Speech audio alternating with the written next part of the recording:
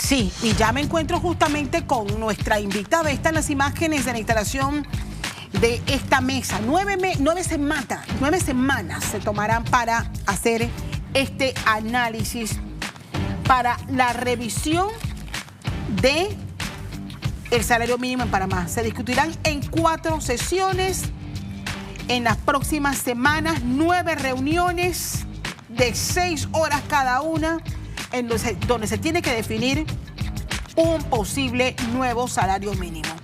Y ya hemos escuchado que algunos sectores laborales han presentado una propuesta de que sea de $900, pero mi pregunta y la que ustedes hacen en casa es, ¿pero eso cómo se sabe que son los $900 que le funcionan a Castalia o le funcionan a Pedro, o es el que necesita Isabel, que es madre soltera y tiene 3 hijos y tiene título y está bien formada? ¿Cómo se hace? ¿Cómo se discute? ¿En base a qué se hacen esas corridas? Quiero agradecerle hoy a Ana Patiño. Ella es economista, profesora de economía, asesora de organismos sindicales en esta materia. Le agradezco muchísimo el tiempo de estar con nosotros aquí esta mañana. Bienvenida. Ay, muchísimas gracias por la invitación. Realmente es correcto. Establecer un salario mínimo, solicitar un salario mínimo en valores absolutos es casi que imposible. ¿Y por qué? Porque la tabla de salario mínimo del último decreto ejecutivo establece más de 30 actividades económicas distintas para las cuales hay diferentes salarios.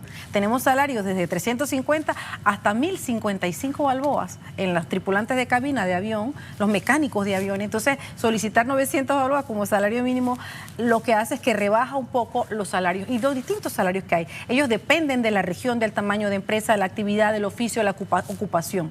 Cuando se está estableciendo el ajuste al salario mínimo, se habla en tasas, no en valores absolutos.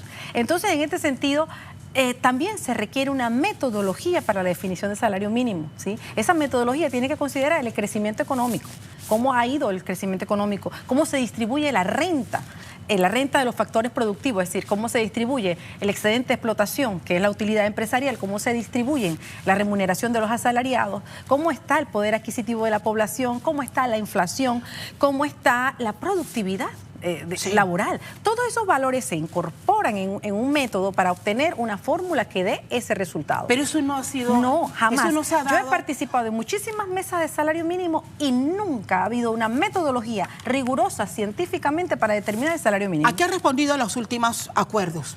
Realmente no ha habido consenso y el gobierno es que entra a definir tasas irrisorias que ni siquiera compensan la pérdida de poder adquisitivo que tiene la población panameña. ¿Cuándo fue el último acuerdo? El último acuerdo para la pequeña empresa, el alza fue, el ajuste fue de 4.5% y para la gran empresa de 6%. ¿Y hoy día cuánto es nuestro salario? Porque sabemos que son por regiones. Por regiones, sí. Pero hay un salario promedio mínimo que ronda los 638 balboas, pero que es distinto entre el salario más alto y el salario pequeño.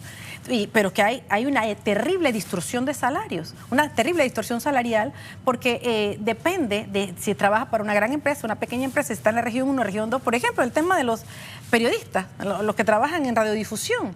La diferencia salarial entre región 1 y región 2 son de 114 balboas. Un profesional del sector periodístico tiene la misma calificación allá que acá, no tiene que haber esa diferencia. Los trabajadores aspiran, las organizaciones sindicales aspiran a una sola región salarial, que sería lo justo. Habría que revisar esto para llevarlos todos a una sola región salarial.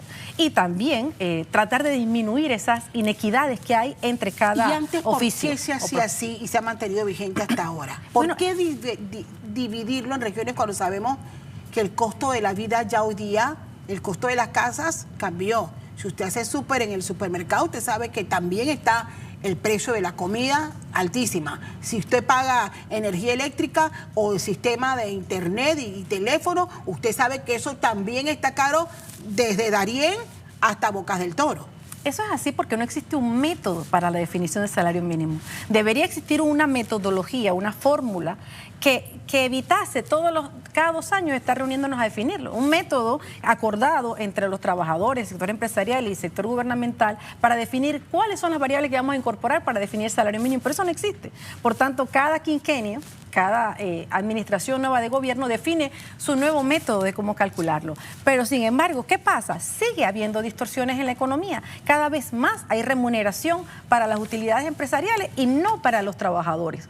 De acuerdo a la CEPAL, el último informe de la CEPAL, de los últimos 19 años, la productividad laboral en Panamá ha crecido en 115%. Los salarios no han crecido en esa magnitud. Entonces hay que revisar tanto productividad como la pérdida de poder adquisitivo. Mira, la pérdida de poder adquisitivo tiene a los trabajadores hoy ganando $59 menos de su salario real. O sea, su salario real es $50 menos. ¿Por qué? Porque son 9 centavos de cada dólar que pierde. Entonces, eso hay que medirlo al momento de definir el salario mínimo. La pérdida de poder adquisitivo pasó en el 2013 de 3 centavos a hoy, 2024, a 9 centavos por dólar. O sea, usted no tiene un dólar, usted tiene 91 centavos por dólar. Deben analizarse? Deben analizarse el gasto total de los hogares. Hay una encuesta que tiene el Instituto Nacional de Estadística y Censo, que es la encuesta total de gastos de los hogares. Esta encuesta ayuda a conocer cuál es el gasto que tienen las familias. Este gasto ronda los 1.530. Hagámoslo ahorita. Comida. Hay gente que está en 300, dependiendo... 369 la canasta 369. básica. Comida, vestimenta, alimentación, salud, diversión, que tiene derecho también a esparcimiento, tiene que tener la renta, el transporte. La hipoteca. Todas esas variables entran dentro del gasto total de los hogares. Cuando usted traslada ingreso a los hogares, aumenta la demanda agregada de país, se mueve la economía nacional. ¿Por qué? Porque ¿qué hace el asalariado o el trabajador? Consume, le genera ventas a las empresas, le genera tributos al Estado, claro, y para él bienestar en las familias. Por eso el salario mínimo no es un tema de que si la está pasando mal o no la está pasando mal el trabajador, es un tema de justicia social, porque al aumentar el salario mínimo, al revisar el salario mínimo, usted toma decisiones en materia de política económica, en materia de política social, en materia de política territorial, porque Castalia, usted lo dijo muy bien, cuando el trabajador en su territorio no encuentra un buen trabajo, migra y presiona a otras regiones por mejores salarios, y sabes todos los problemas que tiene el hecho de que no haya polos de desarrollo en lugares urbanos, rurales. Cuando hablamos, decía un dirigente sindical, bueno, y quiero conocer su opinión también sobre la propuesta de $900. O sea, ¿qué opina de esa propuesta? O sea, 900, no se puede pedir un salario en términos absolutos. Se tiene que pedir en tasas. Los ajustes al salario son en tasas, en términos porcentuales. $900. Hay salarios hoy dentro del decreto de salario mínimo del 2023 superiores a $900. Entonces no podemos pedir un salario. Son diferenciados por actividad económica, son diferenciados por ocupaciones, son diferenciados por oficios. Entonces no podemos establecer un solo salario mínimo. Eso si existiera en el país un solo salario mínimo, pero no existe. Existen más de 30 diferentes categorías económicas dentro de la tabla de salario mínimo, y dentro de ella hay como 90 diferentes salarios, tasas por hora. Entonces no podemos hablar de un solo salario mínimo. Lo que podemos decir es en qué tasa debe crecer. El salario mínimo no puede crecer menos que la inflación, como ha crecido. No puede crecer menos que la productividad que ha tenido el país. No puede crecer menos que la pérdida de poder adquisitivo. Entonces todas esas variables se tienen que considerar para determinar el salario mínimo de las personas.